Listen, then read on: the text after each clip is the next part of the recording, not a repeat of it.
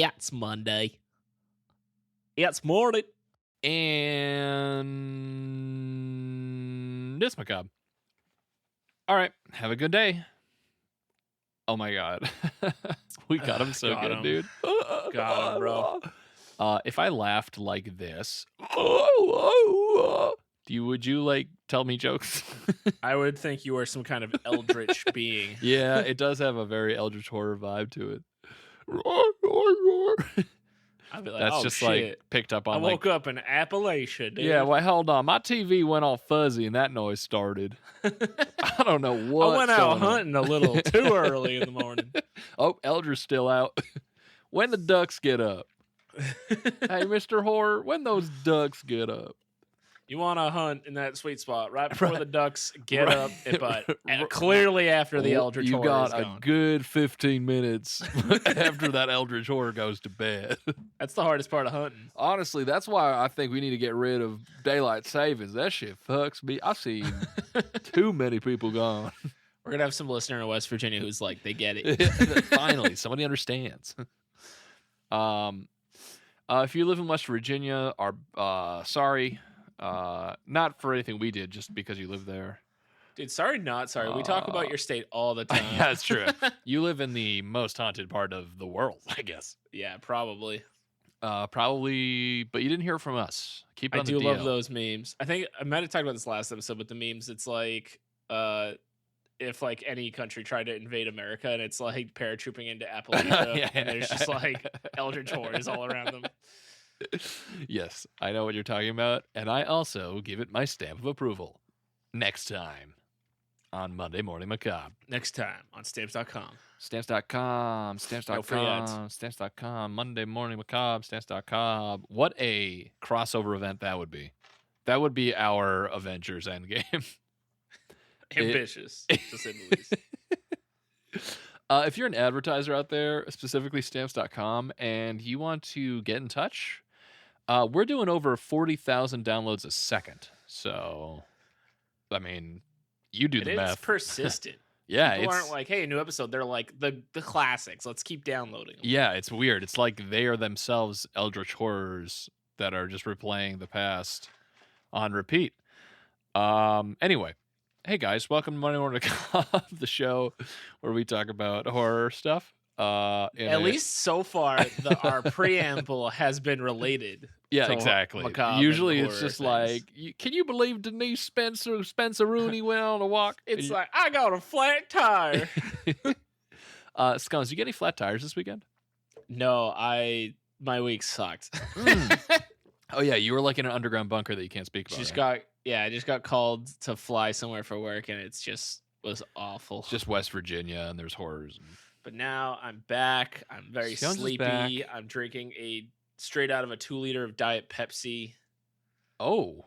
And life. Wait. We're going up. You've got a full 2-liter in front of you, and you're just slurping that down like it's a just normal cup? When you order a pizza, sometimes you gotta order. You gotta hit over a certain price point. Yeah. And so you just gotta go for the 2-liter. I'm not a 2-liter guy. I always try to go aluminum cans, but they wouldn't allow it. So here we are, hey. compromising my values, guzzling down Pepsi. Also, it says it goes bad in May. I did not expect diet soda to go bad that fast. Well, yeah. I picture it just didn't. Instead of sugar, they use just like very volatile chemicals that just will turn to like raw plutonium. Yeah, if I'm in a room with too much nitrogen, shit is gonna go sideways. Keep me away from cows full of methane in their guts that they're trying to puncture or whatever. You know what I'm talking about? Ooh, you mean me? After I eat a little too much junk food? Yeah, scones after that pizza gets you.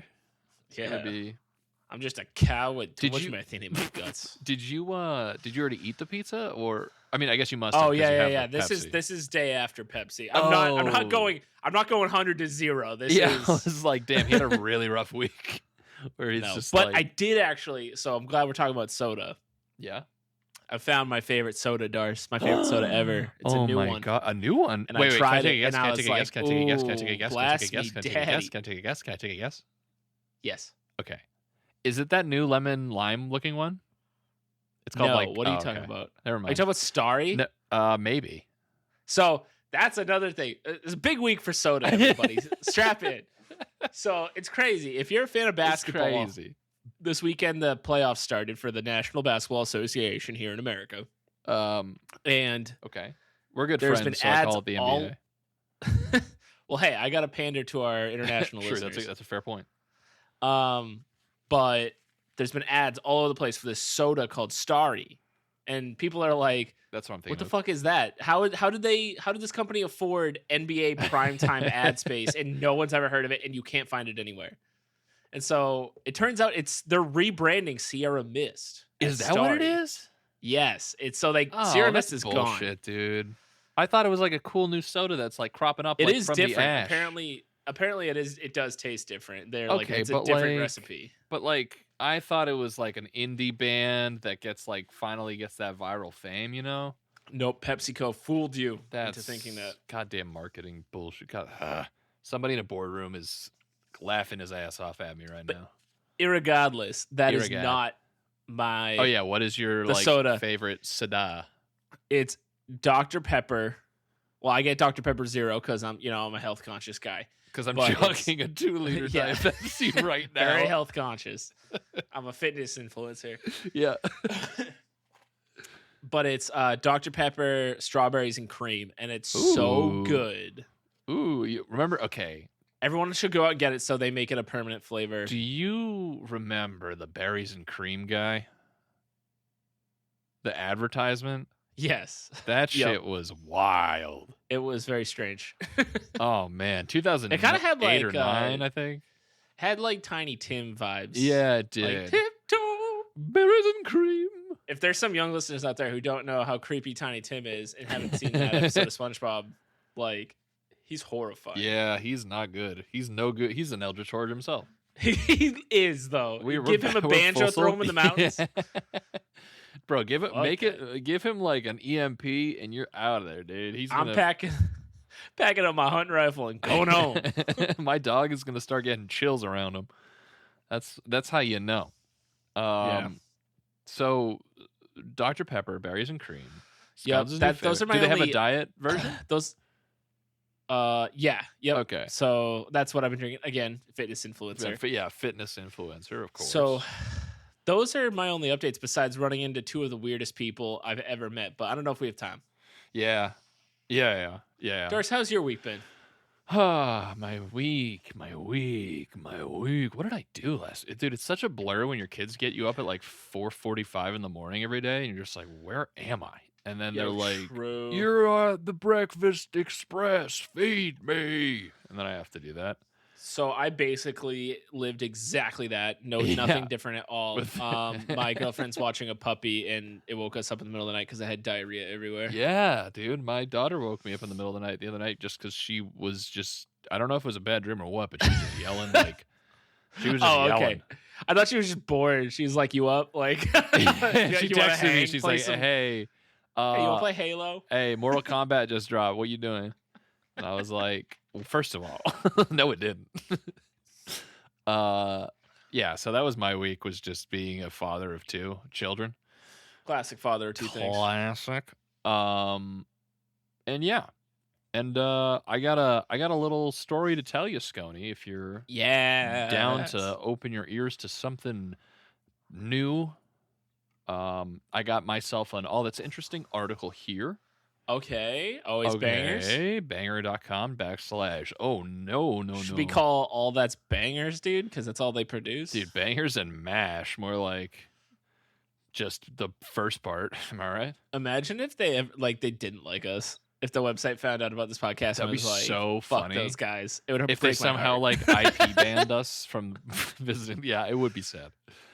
Anyway, today, Scones, we're going to be talking about the chilling story of the SS Ourang Medan, the ghost ship whose entire crew died with faces frozen in terror. That's sick. It also sounds like one of those names you can't say 3 times. It sounds like a Halo ship. Yeah. They always have weird, yeah. It's like the Ourang Medan and of last of the fathers has. It's always some weird biblical the aliens are called something super Christian. Yeah, it's always just the seed of Joseph has arrived in interplanetary space, and you're like, the seed of the Pentecost. Yeah, exactly. Anyway, band. Oh, also, I got a go ahead. Tamagotchi this week. Oh, fuck yeah, dude. So speaking of fatherhood. Yeah, so our lives are identical. We're both just sucking down Pepsis, keeping our Tamagotchis going. With Jack and Diane, dude. Close. Band. Play that funky music.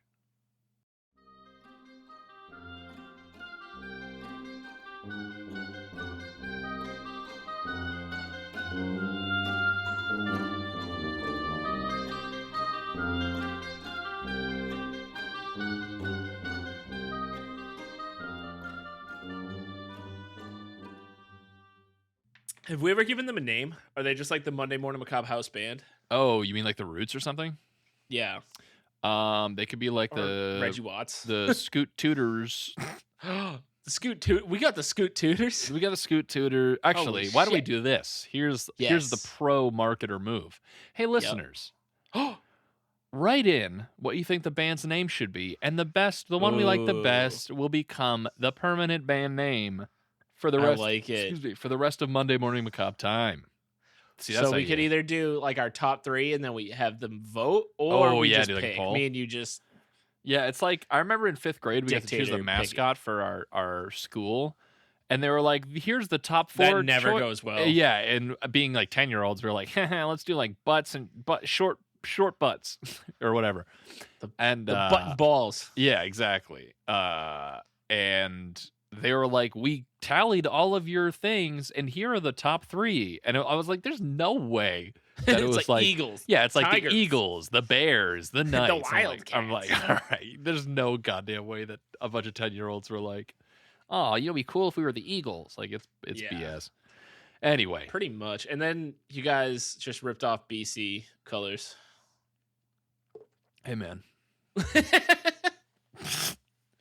listen, buddy. It's okay. My school ripped off Clemson, so it doesn't matter. Listen, buddy. Anyway, go Ships.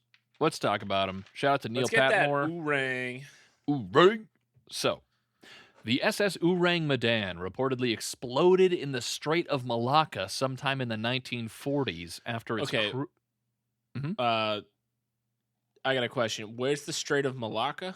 You're gonna hit the next set of lights. Take a left. You can't miss it. 495. Yeah. Okay. Get on the auto mile. That's a great question, Scones. And you know what? I'll tell you right now. I'm looking it up. Too late, because I already am. Ooh.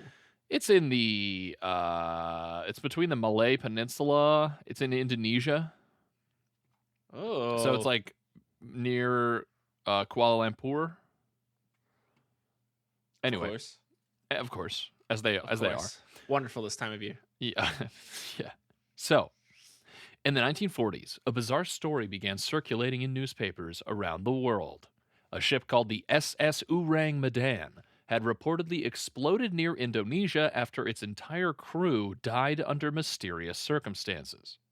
Different versions of the tale varied slightly, with one even claiming that a lone survivor had washed up on the shore of the Marshall Islands. And with each version of the story came new theories about what had really happened to the ship. Ooh, is this going to be like a movie where the guy who washes up either can't remember anything or can only say like one thing? Oh yeah, it's and then you're like, but he's got like some kind of weird item on his person. And that like yep, it is. That's the whole I've story. seen that. Yeah. We've all seen it, I think. They're like, and then like they do some kind of genetic testing and it's like 4,000 years old or some bullshit. Anyway. Yeah, it doesn't make sense. Yeah, you got it. All right, next episode. So, some said the vessel was attacked by pirates. Others claimed it was smuggling dangerous chemicals that suffocated the crew and caused the ship to explode. And a few conspiracy theorists even believed the incident had supernatural causes. That's what I'd choose. Yep, it was Mothman. At it again. Since it first appeared, the legend of the Ourang Medan has been repeated again and again. But did the ship ever really exist? And if so, why are there no records of it? Yeah, I'd like to know that same question. So if there's no records of it, how are we talking about it right now? Well, How is this possible? Excuse me. Have they checked the records? Check it out. Check 1212. The eerie legend of the SS Ourang Medan. The story of the Ourang Medan differs depending on the source, but one of the most popular versions of the tale states that the ship was traveling through the Strait of Malacca at some point during the 1940s, according to Ripley's. I really hope you give me like one of these classic sources for the stories we talk about, where it's like a guy who runs like a makeshift like museum of conspiracies out of his garage, and there's also multiple arrests for weird things. This is literally according to Ripley's Believe It or Not, so it's like that's close. It's pretty close. That's like the most successful version of that. Yeah, exactly. That's the Elon Musk of those people. Yeah. Another ship that was nearby picked up a strange message coming from the Ourang Medan. We float. All officers, including the captain, dead in chart room and on the bridge. Probably whole of crew dead. I die. I die? I die. I die. Steve, it's up there. And then Steve Harvey is, the board flips over. No red X. I got it. I die. I die. Number one. One person said. An American vessel called the Silver Star set out to investigate. When the ship came across the Ourang Medan, a group of men boarded it to find a grisly sight awaiting them. The entire crew was dead, teeth bared with their upturned faces to the sun, staring as if in fear. Even the ship's... Oh my God. Dude, I'd be like, fuck this, I'm out. Yeah, I would be like, dude, I'd be like, bro. It's in the air or the water. Be like, bro, I know this is the 1940s, but I've seen this fucking movie, bro. Was this during World War II? Like, it would have been like right at the start, if anything. Year. It was 1940, so it was like early, like tensions were rising. But Japan was getting its conqueror on, right? I don't know. Anyway, so they're all lying face up, dead with scary faces. Even the ship's dog had died mid-snarl. Oh. Yeah. Mid-snarl sounds like a Norse, like, realm. Thor had defeated mid-snarl. Yeah. Anyway, strangely, however, none of the bodies showed any sign of physical injuries. The crew of the Silver Star was about to tow the SS Ourang Medan to port when they noticed smoke bellowing from the vessel. The rescuers made it to safety just before the ship exploded. The Ourang Medan then sank to the bottom of the sea, never to be seen again. Many versions of the legend end there. However, one report claimed there was a lone survivor who provided more details about the ship's fate. A survivor tells his chilling story. As reported by the Shipyard blog, one account of the SS Ourang Medan spoke of... on that. Oh, dude, you gotta get on that, and you're gonna love this guy. The Shipwreck blog? The Shipyard blog. Dude, subscribe. Subscribe. One account of the SS Ourang Medan spoke of a man named Jerry Rabbit, which is a great name. It is. Rabbit, he's a child, like, story character. Yes. Rabbit reportedly washed up on the shore of the Marshall Islands in a lifeboat with 6 dead crew members 10 days after the Ourang Medan exploded. He made contact with a missionary and told him a peculiar tale of survival. Rabbit said he had joined the crew of the Ourang Medan in Shanghai. He claimed that 1,500 crates of unknown cargo were loaded into the vessel before it set off for Costa Rica. It was only then that Rabbit realized he had joined a smuggling operation. Bum, bum, bum, bum. So wait, hon, sorry, you said this, I think, but what country is the Ourang Medan from? Is it a U.S. ship? Oh, like what's its origin country? I just assumed U.S. because it had the SS before it, but I don't know if other countries use that same code to name official ships. So I am not sure. Let me see if I can find out. A Dutch vessel. Ah. They got us again. A Dutch vessel. Okay. Yeah. The damn Dutch, which I guess makes sense because I feel like the Dutch were like all about vessels, dude. You know what I mean? The Dutch had vessels, dude. They There's would've- two things about the Dutch I know. It's one, they had vessels, and two, any of the references to the Dutch in Austin Powers. Yep. Smoking a wonder. pancake. So, when Rabbit heard his fellow crewmen complaining of stomach cramps, he grew suspicious. And when a crew member died, he knew he had to find out what the ship was carrying. He peeked at the vessel's logbook and discovered that the crates from China held sulfuric acid, potassium cyanide, and nitroglycerin. Oh, no. Which is like, that's the three worst things When I can think mixed of. together. Yeah. And chemical X. I was going to say, some guy cleaning was like, oops, and smashed all the vats. And they... Yeah, he flicked his cigarette at it. He like tripped and his cigarette flicked out onto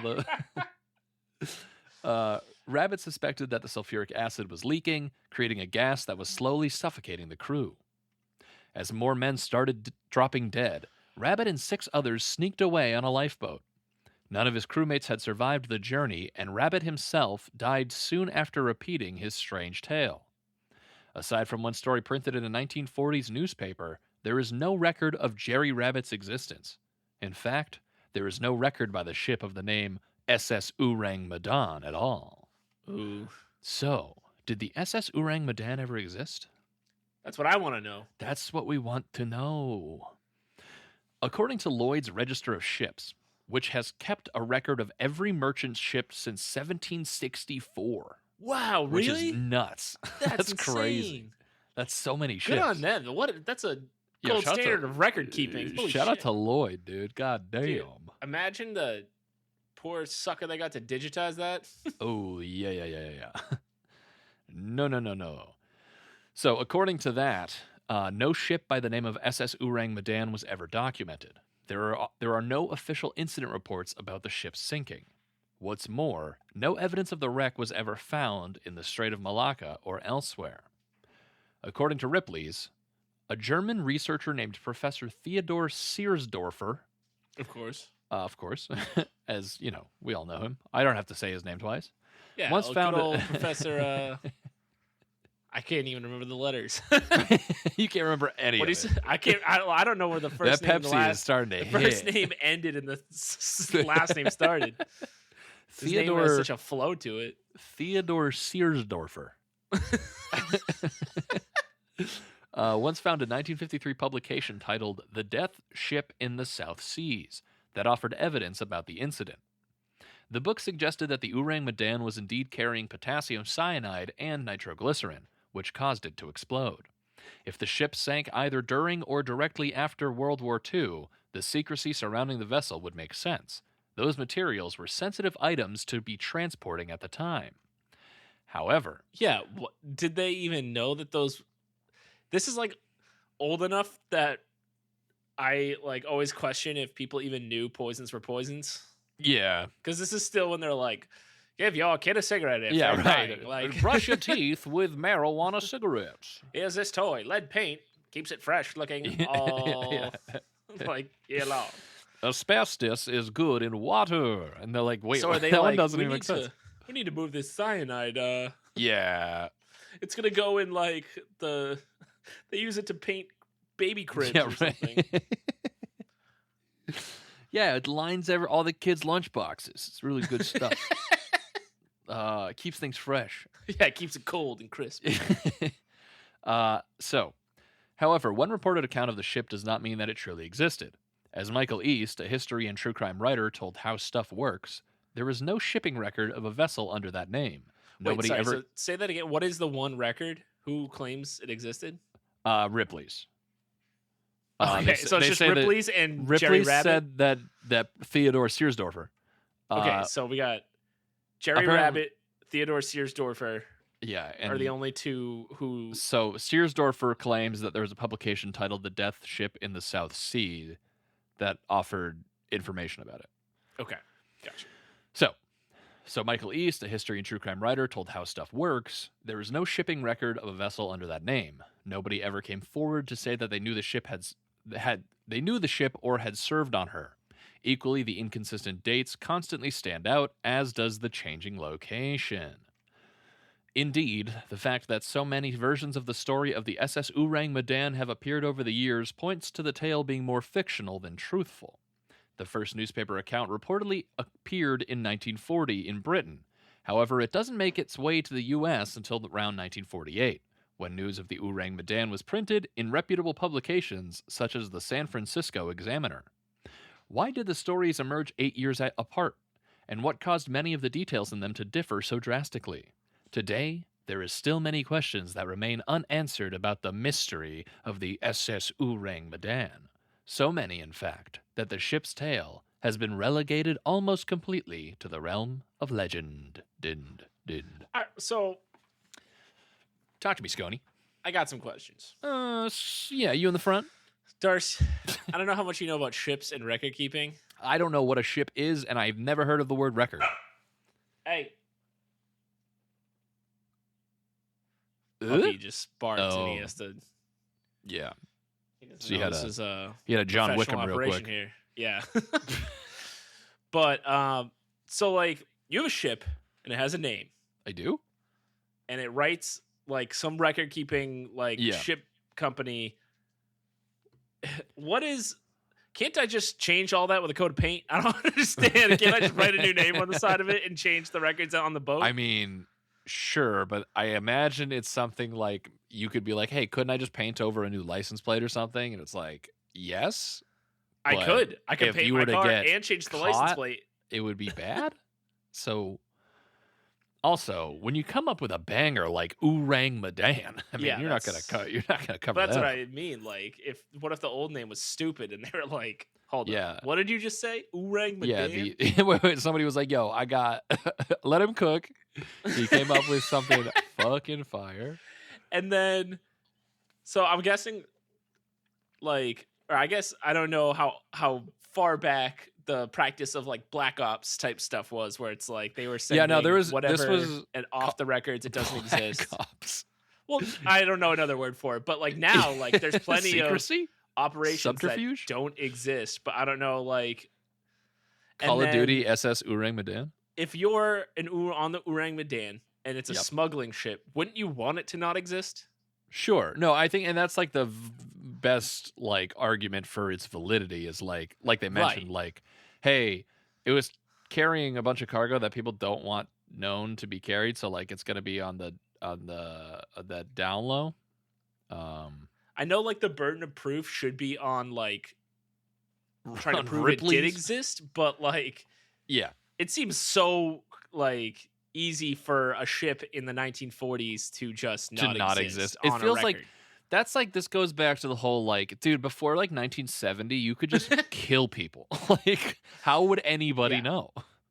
Like, it's crazy. They don't, unless you stay in like the Night Stalker and you stay in a hotel and walk around naked in their blood. Right. So I'm just like, how did anything ever get found at all? So the fact that we have records is like nuts, but like also I don't know how much you can believe these. But I guess like it's awfully convenient that the evidence being the ship just fucking explodes. Like, yeah. Like, it sounds like someone was making up a story and they're like, okay, then like let's show us the ship, and they're like, it exploded. I mean, there'd still be a wreck though. Like, there'd still be parts at the bottom of the ocean. Yeah, which has not been found, which is suspicious. I mean, that's pretty hard to find ships, but I mean, in that strait, it's not too much to cover. Yeah. So I don't know. Scones, get your scuba gear. We're taking a vacation. I'm like the most. That would be sick. Yeah, we just get like a Discovery Channel show called like Finding the Ourang Medan. Yeah, Finding the Ourang, and we're like, who rang? We rang. Or the Ourang. No, it would be something that's worse name. It'd be like Ghost Ship Hunters. Yeah, it'd have to be just like something like that. Or we could do like a Property Brothers type deal and get like HGTV, and we'll be like Ourang Brothers and Coastal Property and the Strait of Malacca. It's a beautiful location for a shipwreck, and we're both brothers, and you're gonna love it. So I'm definitely not writing that off as just a legend, because it seems too easy to. Scony hitting us with the X-Files. The truth is out there. Yep, exactly. I see. I'll be You'll be. Who are you? I'm bad cop. I have baby. I have more red hair, so I'm what's her name? Scully? Yes, you So do you're have more red Mulder? hair than I. I am Mulder? David Arquette? Is it David Arquette? No, I don't believe so. Mulder X-Files. No, it's David Duchovny. Yep. David Arquette was like a teenager in Scream at that point. Yeah. Or was he? Find out next time on Monday Morning Macabre. We should do an episode of David Arquette. That'd be sick. People would be so confused. He's imagine cool. Imagine if we got him on the show and he was just like, "What is this?" He's and we're like, "Are you a ghost?" He went from like all the horror movies to then like WWE. It's a great story. Great story. Guys, if you want to hear the David Arquette episode, make sure to subscribe to the podcast and follow it on Spotify or iTunes or whatever you do. Leave a review if you'd be so kind. And follow us on our socials at Monday Morning Macabre on Instagram and MM Pod on Twitter. And then check out MondayMorningMacabre.com, baby. And you get all the stuff there. And beyond that, I hope you guys don't end up in the Strait of Malacca sunk due to being poisoned by like nitroglycerin and other not great substances. Yeah, if you're on a boat, make sure you know what it's hauling and that it has records. Yep. And beyond that, I love you more than anything. Good night. Boy. Boy.